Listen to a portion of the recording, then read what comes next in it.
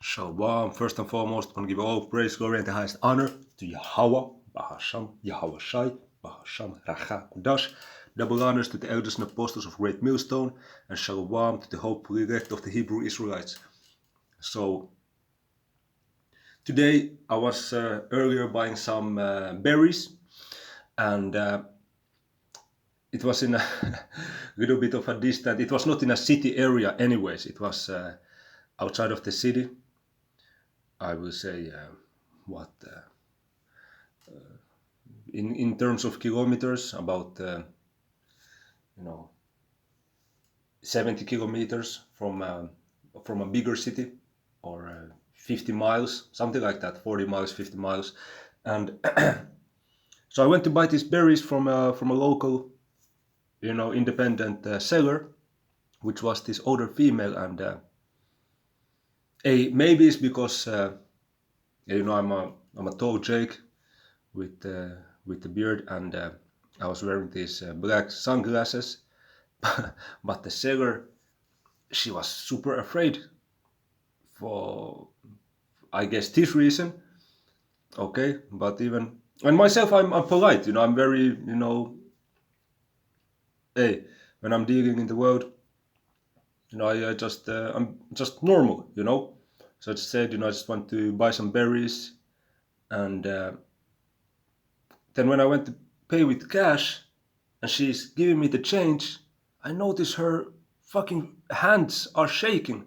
So she's even having trouble putting the coins together to give me. And she was supposed to give me 6 euros, but she gave me 8 euros. So I'm like, hey, here is too much. And then she took it back, and she said that A is for the well-being of the client, or it's a benefit of the client. But I said, no, it's good to be honest. And then that was pretty much that. But the point is that, so unconsciously, she was trying to be too nice. Okay, I could notice from the spirit, man. Maybe it's because she was, again, afraid. She was alone in that situation. As if I would have done something. No way, man. No way, man.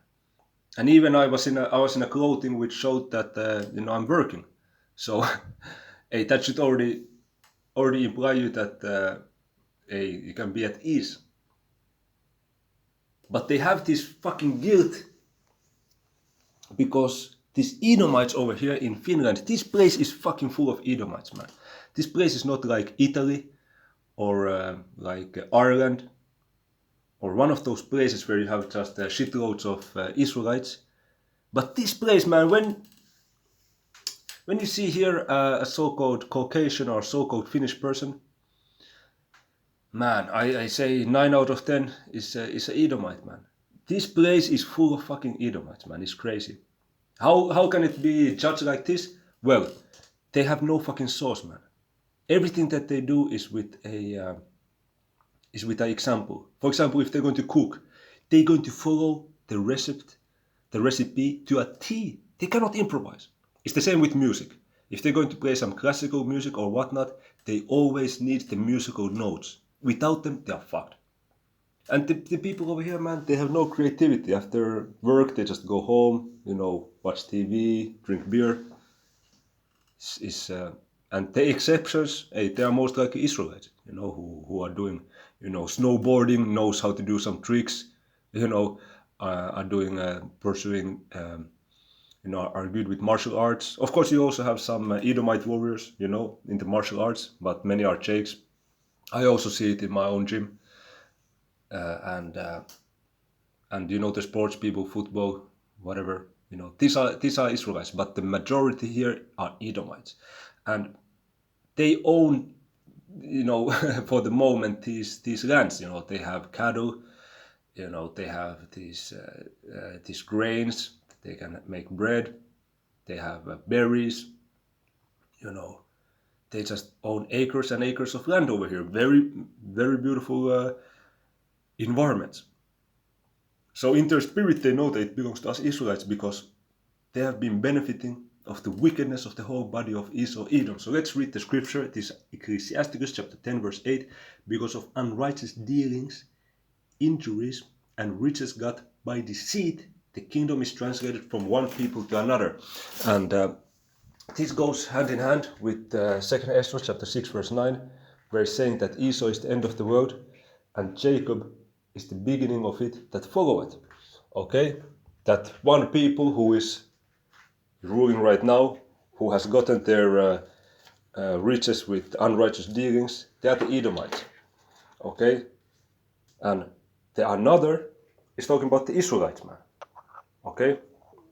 So, and we also get Habakkuk, because a lot of the many times here, the Edomites, they have the defense that, yeah, but during the slavery or during the colonialism of the West African and Central African countries, what did we do? We didn't have a part of that. They are trying to play the victim card. Okay?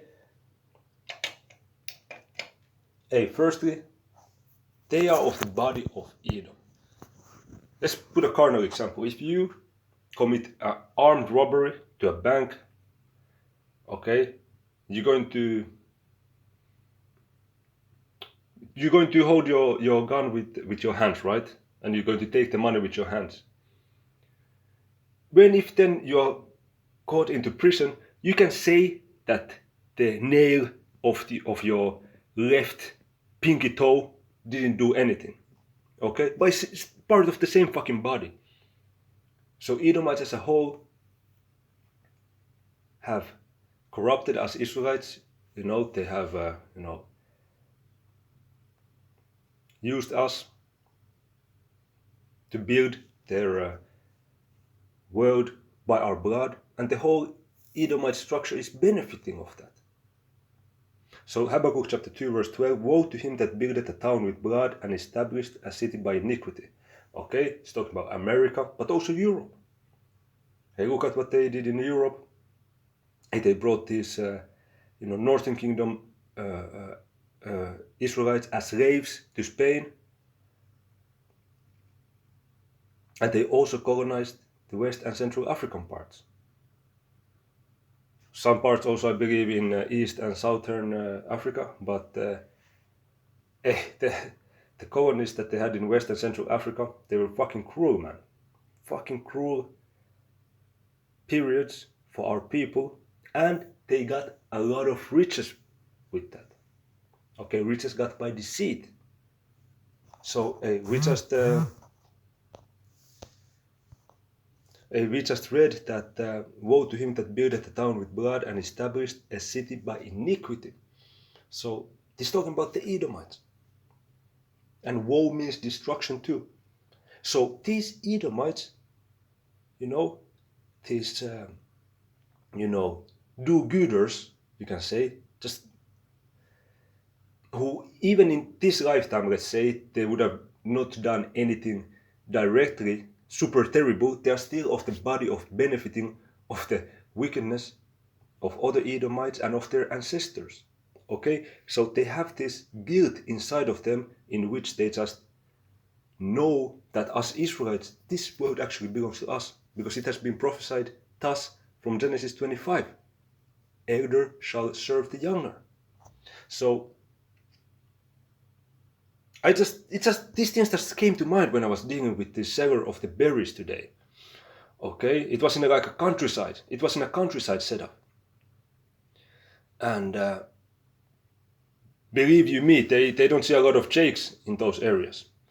They don't see a lot of foreigners, period. Let alone Israelites. Okay, I'm talking about Western or Central African so-called people. So-called African American. Well, let's just say Afro people, or even of the Northern Kingdom.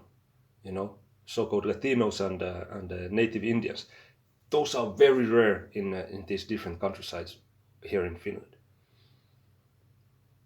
So the situation, it was the energy was a little bit awkward. I was doing my best to try to keep everything calm, and it was calm in my part. I was chilling, but the other person was nervous as fuck.